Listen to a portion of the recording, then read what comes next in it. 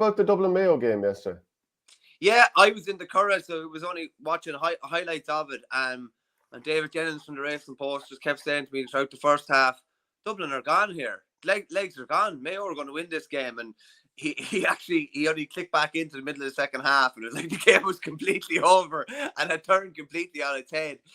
You obviously saw a lot more than I did.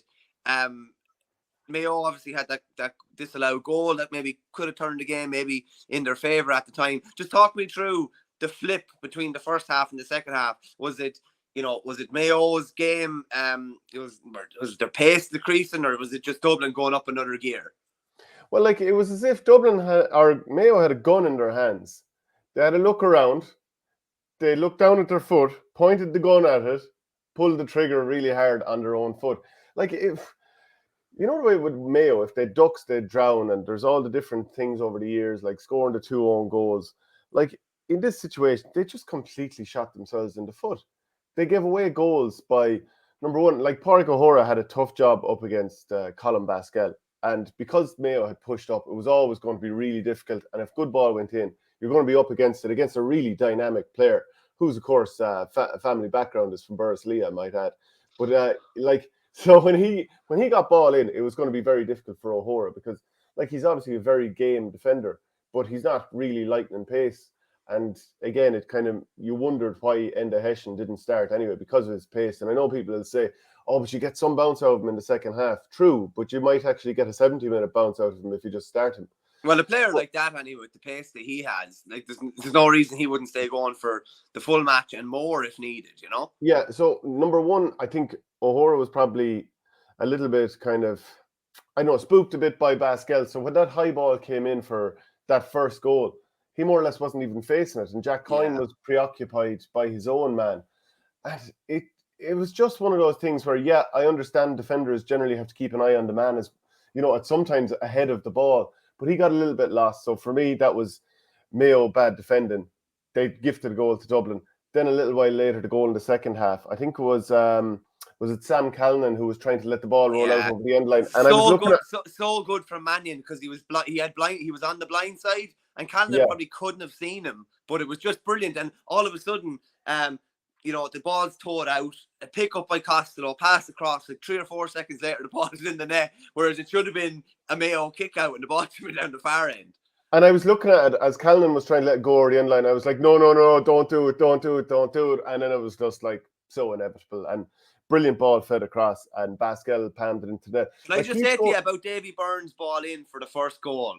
That is when you put a high ball in. That's when you put a ball in the square. There was nobody. It was 2-on-2. There was nobody minding the house. And I think that's a dream for a manager or a coach, that you have a player that sees when the opportunity is on. There's times when it's on. There's times when it's not on. But interestingly enough, how often, I would say very, very few goals have come from a direct kick down the middle. There was no diagonal ball. There was nothing like that. It was just the opportunity was there. He took it. As you said, O'Hora kind of got a bit lost under the high ball, and Basquel took advantage. Who we have to mention as well. I look back on the 2021 semi-final there during the week, and he had a nightmare when he came in, and he kicked a wide, got a black card. He probably said himself, even he's one of the main reasons why they lost that day. He just had a bit of a horror show. And to come back 2 years later, he's of the same vintage as Owen Merchant and a few of them. But this is as Conor McKeown said in the paper this morning, it's his third coming at 27. Do you know what I mean? He scored 2-2 in an All-Irish semi-final. And they were crying out for a player like that. Someone off the beaten track a small bit. All the big names, but they were crying out for someone like that to step up, and in fairness, he did step up. Yeah, and I'm sure Ballyboden would love him to stay hurling as well, wasn't it? 3 or 4 or 5 years ago, he scored, was it a hat-trick against Coolderry? 3-5, I think. He's just so dynamic, yeah. 3-5 in Parnell, yeah. He's obviously able to play both, yeah. Yeah, he scored 2-2 in this game, 5-16 in the championship so far. Only 1 point of that has been a free. The lad is in all-star territory, isn't he? Oh God, he is. Yeah, definitely. It's funny talking about all stars. Like there's a couple of lads you think are nailed down, but you're never nailed down. Like Conor McCarthy from Monaghan would be another one. He's their second top scorer playing wing back. But He's got is he 212, I really a think. wing back? Like he's wearing number 7, and fair enough, he might play deeper. But like teams attack as 15 and defend as 15, really. So he's generally still part of that kind of setup, and he's a little bit deeper. He's not waiting for it inside and just shooting from distance. So it's a bit of a misnomer. It's a way of getting a lad like that out of the grasp of a cornerback or a wing back and letting him charge forward and attack at pace. That's kind of sometimes in modern football now you can do as much damage from wing back as you can from corner forward, and that's Conor McCarthy's probably a clear example of that. But Pascal is definitely definitely forefront in the running for an all-star as well. Amazing to think like Kieran Kilkenny didn't start yesterday. There was talk of a shoulder injury, but the Dublin bench press is back, and it's back big time. Even Dean Rock coming on and kicking a point when he came in, and being able to bring McCaffrey in. All the pieces. I thought Colin Keys had a great line in the paper this morning. I just thought it kind of summed it up really well. He was just talking about he was talking about how, what was the line exactly? He compared them basically to a band coming back from a farewell tour after several sound checks throughout the season. They finally hit the right pitch, and they have. And I think the exciting thing from the weekend is Dublin look like they've raised it a couple of gears and are where they want to be, and Kerry look like they're exactly where they want to be as well. And while we have semi-finals to come outside of Derry and Monaghan, I think we all know what final we want to see. We'll ask Drew Wiley about it in a little while, but even though he's a sub, I'm wondering is Conor McManus going to end up with an all-star as well? Because geez, that performance was unreal. But just to come back to Mayo and Dublin, I just wondered about the Jordan Flynn one, right? So the rule is kind of specific. You can't lift it up off the ground with your legs. Number one, is that a good rule? It probably is, yeah, because then you'd have lads lying on top of the ball in the middle of a ruck and then trying to get it up that way. Yeah, knees down, ball in. Yeah. But was it on the ground? That's the thing. Yeah, and you know what? He put it in the back of the net. I don't know if the whistle had gone and the Dublin players had already kind of stopped a little bit. Yeah. So there was that incident. Fair enough.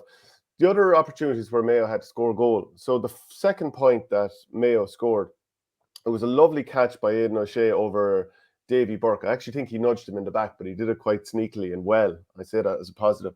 So this is 8 minutes in. He kicked the ball in for Ryan O'Donoghue, and he turned and whipped it over the bar, even though he had Jordan Flynn coming on the loop. And Flynn would have been one-on-one running at a defender going into the 21. So I think that's not, like, fair enough, Ryan O'Donoghue got his 3 points from play, and you'll take that off an inside forward any day. But you have to sort of work the goal opportunities when they're on. And this is something Mayo don't do over the years in the big games. Ryan O'Donoghue had one blocked at one stage as well. I'm trying to remember that one. Oh, yeah, he was close to goal. Enda Hessian had worked the ball in. McLaughlin, of course, on the follow-up then hit the post. So, like, geez, if it was at the other end for an own goal, fine well that a Mayo player would have put it into his own net. But, like, obviously he tried to put it in the net, so you can't be critical of him. But, it just has to go in. And at that stage, it would have made it 2-10 to 1-9. You're back to a 4-point game. It would have been, a typical Mayo now. We'll put ourselves in a perilous position and we'll push it the whole way. They might have come back from there. But then Dublin just tagged on 2 of the next 3 points, and it was just game over. Yeah, the old McLaughlin one, I couldn't help but think that was his, unfortunately, that was his Ronnie Rosenthal moment. Ronnie with the famous open goal hitting the crossbar. I think he did it again in an FA Cup game for Southampton years later. That was the original one was in 1992. But they would needed a spark then, and maybe that would have given them the spark. We've seen them kind of resurrect from very unlikely situations before, so maybe that would have been the spark that they needed. But Dublin just kicked on. James McCarthy, something else, Cheno, isn't he? He's just he had probably a tough first half from what I saw, and he just thundered into it in the second half. He was unstoppable, really. It does look like the band, as I said, is back together for one last hurrah. They've scratched that Mayo itch now. They probably Derry beat them I was going to say Derry beat them in the league, and they'd love another crack at them. They're not getting them. They're getting Monaghan in a semi-final, and what's waiting for them is Kerry after last year. And you'd have to say, like, that's probably the main reason Cluxton's back. It's probably the main reason Mannion's back. It's probably the main reason McCaffrey's back. It's probably the main reason James McCarthy stayed on, Nick Fitzsimons, etc. as well. So it's teed up for that, one of the biggest All-Ireland finals of all time. But Derry and Monaghan will have, I'm sure they'll have plenty to say. And they're going to be, well, Derry will be, what, 2-1, 9-4 underdogs. Monaghan would be massive underdogs going into the semi-final, but definitely would have to say the two form teams that have stepped up now when they really need it are Dublin and Kerry. Yeah, I think everyone expects Monaghan to, bow out in the semi-final after a very good season. And fair play to Vinnie Corey, first year, and like you said, there was other people touted, Ger Brennan and as well as Jason Sherlock. But it is very difficult to imagine that Dublin won't win that game or eke it out at some stage. And like, look at some of the other players that started. They weren't named to start, but obviously it's not like they were told 5 minutes beforehand. This would have been the plan during the week. Dummy team name Paul Mannion got himself a couple of points as the game wore on. Cormac Costello started very well. He ended up with 5. 2 of those were from play. Con actually, to be fair, like they kept the ball away from Con a nice bit, and David McBrien kind of stuck to him pretty well. And like over the years, people don't really do that well against Con. He eventually got a couple of points. So there's actually more to come from the likes of Con. Kieran Kilkenny, assuming that he gets himself fit. Brian Fenton started to come into the game as it wore on. As you said, James McCarthy, what a brilliant finish to the game he had. It's starting to look good for them again. Like Owen Merchant, the way he won a couple of 50-50 balls early in the game, the way Dublin were able to tie down the likes of Tommy Conroy, but they stopped getting ball inside, didn't they? They just shot themselves in the foot, really. Totally. And the thing about it, and you kind of mentioned it there earlier, is when they were on top, they needed to go for the throat. They probably needed a 3 or 4 point buffer at half time, realistically. And they're much the better team in the first half. And again, went in 1 down. Then all of a sudden, was it 1-7 to nearly to no score? I think Dublin hit at the start of the second half. Mayo only hit 3 points in the second half. Like maybe that's a factor of the playing 3 weekends in a row and going through that preliminary quarter final, having to get up for Galway last weekend and then come and make the longest trip of anybody to Croke Park and everything that comes with that. I'm not sure, but how would you rate Mayo's season? How would you rate Kevin McStay's first year in charge? They obviously won a league, they lost a fair few championship games. They beat Kerry and Killarney then as well. You're looking at the league on one side, you're looking at beating Kerry and Killarney, first defeat down there in many years, and then you're looking at defeats to Cork, very lucky against Louth, hammered by Dublin. Do you know what I mean? I'd say you'd rate it as probably a D, really, or maybe a C if you were being very generous. Yeah, just I'll go through all the games that they've had this year very quickly. Just you were kind of touching on them already. Lost to Roscommon in the first round in the kind of quarter final. Then beat Kerry, and that was a good victory, 5 points win. But again, is there a case of peaking too early? Then just about had enough to keep a point ahead of Louth. Lost to Cork by, was it a 6 point lead they had, and they go ahead and lose by 3. Then they beat Galway, fair enough, good performance there, but Galway were unimpressive. I know Shane Walsh is probably getting an awful lot of vitriol over in the West at the moment, but in some ways, winning an All-Ireland for Kilmacud Crokes has potentially cost his county an All-Ireland. And that's been unbelievably harsh. He's been a brilliant player who's been very committed to Galway over the years, but he's just not himself. He definitely isn't. And obviously he wouldn't have wanted it to work out that way, but it kind of has worked out that way. So yeah, Mayo, I have to say I'm really disappointed, especially with how they finished off the game here. From the 57th minute onwards, they scored nothing. And from the 54th minute onward, they scored once, and that was a 45 from the goalkeeper. After that, they had one wide, which was a Killian O'Connor ball in, another wide from Durkin, a ball dropped short from Jordan Flynn when he was on the stretch. Hessian had a bit of a goal chance, and then Jack Carney fisted a ball wide that was lobbed into the area. They weren't really creating anything, and they were just getting picked off time after time. 217 to 11 points. It is going to retire a few players, isn't it? Surely, Kevin McStay, generally you see this with managers. When they buy themselves a little bit of time, it's usually by having a few sacrificial lambs as well. Yeah, I was looking at there was a I wouldn't say it was a great picture, but you're just looking at Pádraig O'Hora and Aidan O'Shea after the game, and just utter dejection all over their faces. People will be probably, the easy thing about O'Shea is to say, oh, he's probably going to retire or should retire or whatever. As Trumspieler says here, Aidan O'Shea was unreal all year, deserves an All-Star. Just like I don't disagree with that either. I think he was unbelievable all year. A disappointing day yesterday. I don't think he'll retire, and I don't think Kevin McStay would be forcing him out the door. I think there's other players maybe that are a bit more periphery. Killian O'Connor is obviously, Mayo's all-time scorer, highest scorer, and the highest scorer in the history of the championship. But he's kind of a bit part player at the moment, and as the injuries have just really, really hurt him over the last couple of years. There's no point in saying any different than the injuries that probably would have retired other players. So he's probably one that maybe may exit. Kevin McLaughlin again, probably not that he's not guaranteed his place or whatever, but he's kind of coming on in games. He started the game against Galway. He kind of starts certain games, maybe just comes on in others.